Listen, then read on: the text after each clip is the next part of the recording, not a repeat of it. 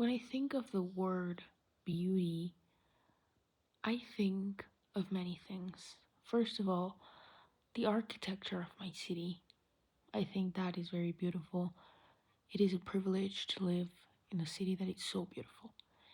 And I feel like it's going to be a shock because it's been a shock when I go to other countries, other cities, and visit downtown, the architecture. It doesn't feel like it clicks as much as my city does. So I believe that's the first thing. Like, it's so authentic and it's part of my identity. So that makes it more beautiful. Then I think of faces and bodies, which is the vessel that we tend to compare ourselves with absolutely everybody else that we think is better than us and could be better than us, because I think there is better people out there than you, and that is doing better, that is putting more effort, that just has more privilege, everything in between. So get used to that and get used to the idea that beauty can be very ambiguous, but it's very straight to the point, you know? I believe that when you think of beautiful people, for a long time there was this idea that they were superficial. They only cared about the outside. But that's their job, you know? Most of the time models, people that had standard beauty, it's their jobs to keep it that way, you know? To go to the gym, to go to the spa. They make that their work. They get paid to look beautiful. And that is beyond unrealistic because every single one of us just do different things that we're passionate about. And for me, is art. So I don't think my body needs to be perfect. But I still hold myself into those standards because of pressure. I'm not sure if beauty has to be with pressure.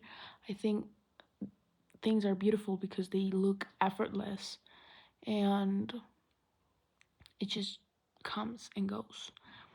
It's that simple, it's that easy.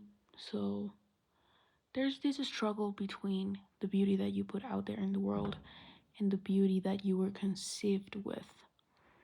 And both of them are in a constant battle while you are alive.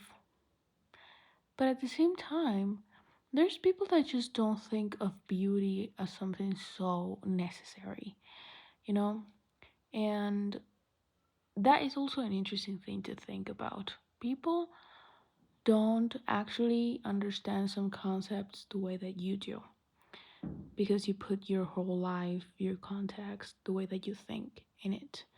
And when you add these elements into a context of a concept, definition, it's going to be very different.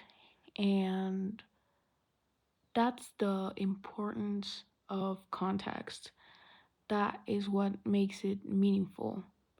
And we go back to the first point of beauty, that is my city. I think that every single one of us that have lived in the city embodies some kind of part of us, you know? We all have something in common. And it's a culture that gets me sick at times. But I see it more than often. Like, I see it everywhere. I go to the market, I go to buy fruits and vegetables, and I can't stand the people. And I can't. I just start listening to how they talk about their things, and it annoys me. And that's not beautiful. Beauty can have a little bit of ugly in it in order to be beautiful, and that's my city. I love the architecture. I hate the people. I hate the culture. And by culture, I don't mean like the static material culture, or beyond we can go like heritage, dances, music, colors, representations. But I mean the society in like way of thinking, philosophy of life, and generational trauma. that's very much not beautiful at all.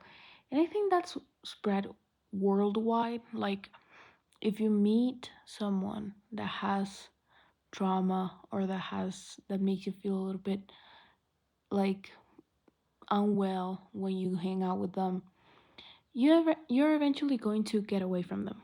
And that's just life. That's not desirable.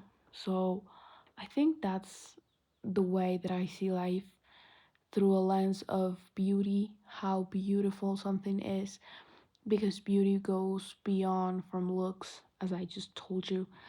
There is a bunch of factors and elements that are going to go along with only the physical beauty of something.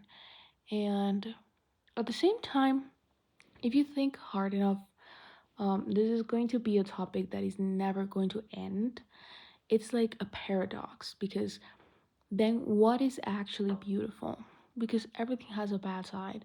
And I believe that in this searching of the final answer of what's beautiful and what's not beautiful, and why this these things exist in the first place, in this battle, we actually just develop our way of thinking, our own way of perceiving the world. And that is not something that is negative for us. It's just experiencing. It's just the meaning of experiencing. You just go through life and see what works, what not works. Experiment with everything. It's an experience. So yes, I believe that beauty is not in everything. That's what makes it beautiful, because it's scarce. So the less we are surrounded by beauty, the more we're going to appreciate the moments that we are encountered with extreme beauty, and get shocked and very, very inspired, very motivated to continue living. And that's the point of the whole video. Beauty is not everywhere. It's scarce, so don't overthink it, as I just did. Because then you start thinking, like, am I beautiful? Am I achieving something that is unachievable, or that only exists within our ideas? And I don't know. It's like, am I am I thinking wrong?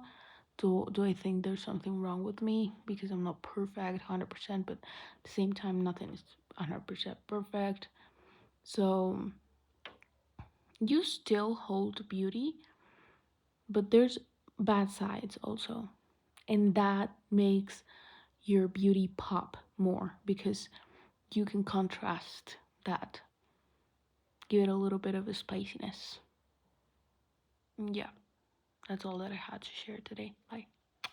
Love you. Please subscribe.